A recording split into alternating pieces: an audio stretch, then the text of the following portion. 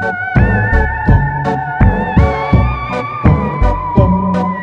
everyone! If you're anything like me, then Halloween is one of your favorite times of the year.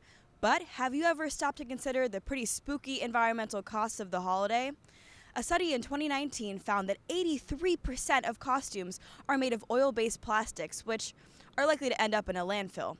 That's nearly 2,000 tons of plastic. It's a problem. But sustainable Halloween costume shops are pretty hard to find these days. When in doubt, just DIY it out. Today, I'm at GW trying to find a student doing just that. Come along.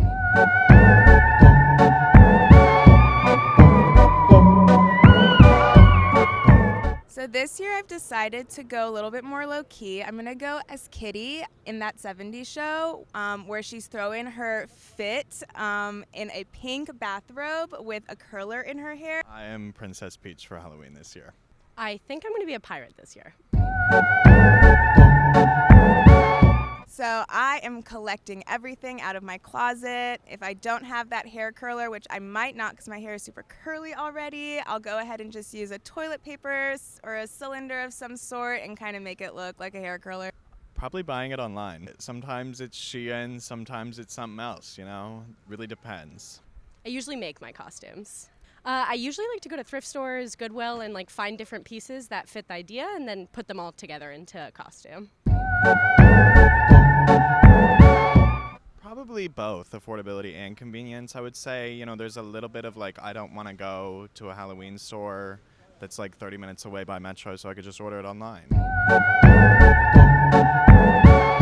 I think it's so much more fun making your own costume. It really is this experience, better than going into the store and buying a pre-made costume. I think you'll have a lot more memories with it. And honestly, it's really easy. Sometimes you just need a couple clothing materials put together into a specific combination and you're all set. Yeah, for students who aren't used to making their own costumes and usually buy them online, I'd say you can have a lot more fun making your own costumes. It's really not as hard as people think it is, and it's nice to have something that's unique and different from what everyone else is wearing. And it's also a lot cheaper to get stuff from a thrift store, say, than buying something new. Okay, cool. Thank you so much.